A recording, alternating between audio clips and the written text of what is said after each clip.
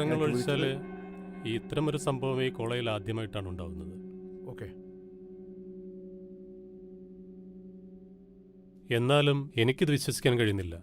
ആകാശ് ഈ സ്ഥാപനത്തിലെ മിടുക്കനായ വിദ്യാർത്ഥിയാണ്. അവൻ ഈ കോളേജിലെ അക്കാഡമിക് കാര്യങ്ങളിൽ മാത്രമല്ല മറ്റ് ആക്ടിവിറ്റീസിലും സജീവമായി ഇടപെടുന്ന കുട്ടിയാണ് സർ. ഹലോ, എന്താ സാറേ? ഒരു കാര്യം ചോദിക്കാണ്ടായിരുന്നു. വാടാ. അതെ, ഇത്തരം മിടുക്കരായ കുട്ടികളാണ് ഇതുപോലെ വലയിൽ വീണ് പോകുന്നത്. അത് ഞാൻ സാറിന് പ്രത്യേകിച്ച് പറഞ്ഞു തരേണ്ട ആവശ്യമില്ലല്ലോ. ആ കുട്ടികൾക്കൊന്നും സംഭവിക്കാതിരുന്ന മതിയായിരുന്നു. അച്ഛനും അമ്മയ്ക്കും ആകാശൊരൊറ്റ മോന.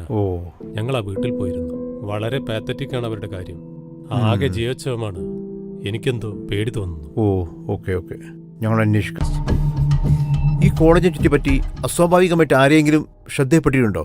ഇല്ല സാർ. ഇവിടെയുള്ള കച്ചവടക്കാരെങ്കിലും? ഇവിടെയുള്ള കച്ചവടക്കാരൊക്കെ വളരെ പാവങ്ങളാണ്. അവരെല്ലാം എത്രയോ വർഷങ്ങളായിട്ട് ഇവിടെ കച്ചവടം ചെയ്യുന്നവരാണ്. പുതുതായിട്ട് ആരെങ്കിലും? വല്ല അങ്ങനെ കടക്കാരെങ്കിലും? ആരുമില്ല. ഏയ്. ഓക്കെ, ശരി സാർ.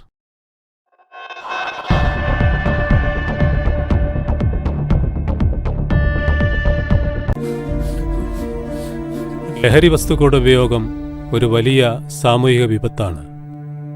ജീവിതത്തിൽ തോറ്റുപോയി എന്നതിൽ നിന്നാണ് ലഹരി നമ്മെ കീഴ്പ്പെടുത്തുന്നത്. ജീവിത പ്രശ്നങ്ങളെ പൊരുതി തോൽപ്പിക്കുകയാണ് നാം ചെയ്യേണ്ടത്. അതിലാണ് നാം ലഹരി കണ്ടെത്തേണ്ടത്.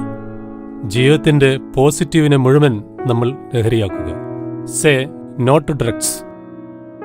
ഈ വിഷയത്തിൽ ആധികാരികമായി കൂടുതൽ കാര്യങ്ങൾ സംസാരിക്കാനും നിങ്ങളുടെ ആശങ്കകൾ അകറ്റാനും നിങ്ങളോട് 2 വാക്ക് സംസാരിക്കാനും ഇവിടെ എത്തിയിട്ടുള്ള വിശിഷ്ട വ്യക്തി നമ്മുടെ ബഹുമാനപ്പെട്ട സർക്കിൾ ഇൻസ്പെക്ടർ ബാബുരാജ് സാറിനെ ക്ഷണിക്കുന്നു. Welcome sir. ഇവർ നിങ്ങളുടെ കൂട്ടുകാർ, അറിയാതെ ദിശം മാറി അപകടവഴിയിലൂടെ സഞ്ചരിച്ചവർ.